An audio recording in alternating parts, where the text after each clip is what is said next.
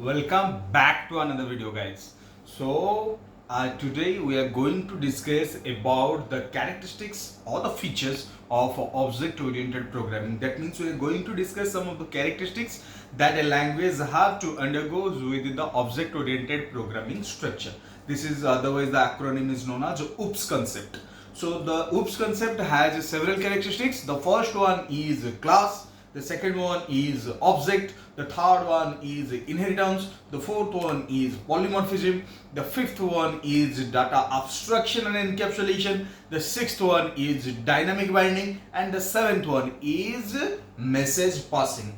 So in this video we are going to discuss something and the definition of all these seven characteristics. So let me go to the first one, which is a class. A class is actually a collection of similar types of objects. The group of similar types of objects make a class. I am taking an example, fruit. Fruit is a class which contains all of those fruits that are available all over the world. Now coming to the second thing, which is known as object. The object is actually an instance of the class. I can say that the object is a basic runtime entity which is an instance of the class. It is a basic runtime entity actually. If I put a example for that, class is fruit, and I will take an example of that, mango. So fruit, mango. The fruit is a class and the mango is an object which is an example or instance of the class. It is variable in nature. We can change that whenever there is a need according to our requirement. The third one is inheritance. I have created a video for that. I will put that video's link in the description. You should go that and check it out. I am just going through the definition. The inheritance means reusability. The reusability means in this context the properties of one existing class is being used to derive a new class.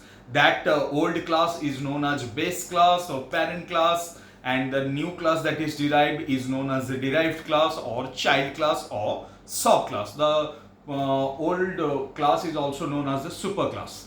Now coming to the fourth one, which is polymorphism. This polymorphism comes from actually two words. One is poly, the second one is morph. The poly means many and the morph means form. That means when one object shows different kinds of format in different situations, then that is known as polymorphism. In context of OOP, we can overwrite it with overloading and overriding concept. There is two kinds of overloading and two kinds of overriding. The first one is operator overloading, the second one is method overloading. Similarly, there is operator overriding and the second one is method overriding. I will describe it briefly in some other video. Now coming to the fifth one, which is known as data abstraction and encapsulation. If I will categorize these three into unique thing, the first one is data. The data means the meaningful information. The abstraction means the data that comes from, and the encapsulation means to provide the security. You get that? Encapsulation, we word that to your word capsule for that. You look like a capsule.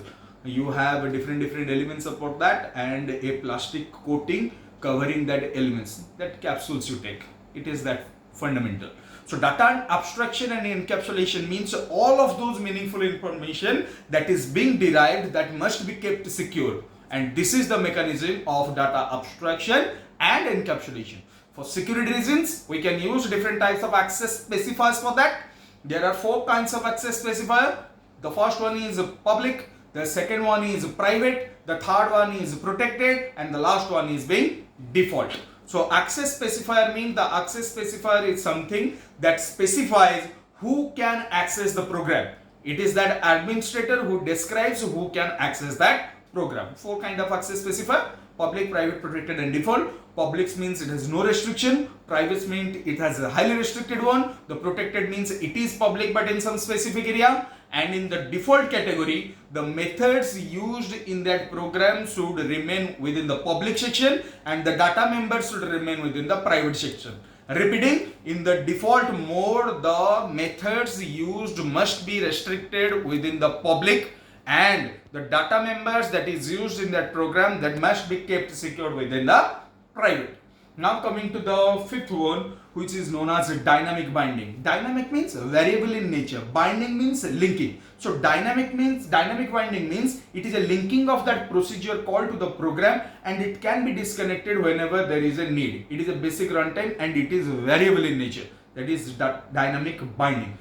The last one is being message passing. All of those classes used in the program must communicate with each other by passing messages from one to another. This concept of object-oriented programming is known as message passing. So again, this is the summarization of that. We have 7 characteristics of that.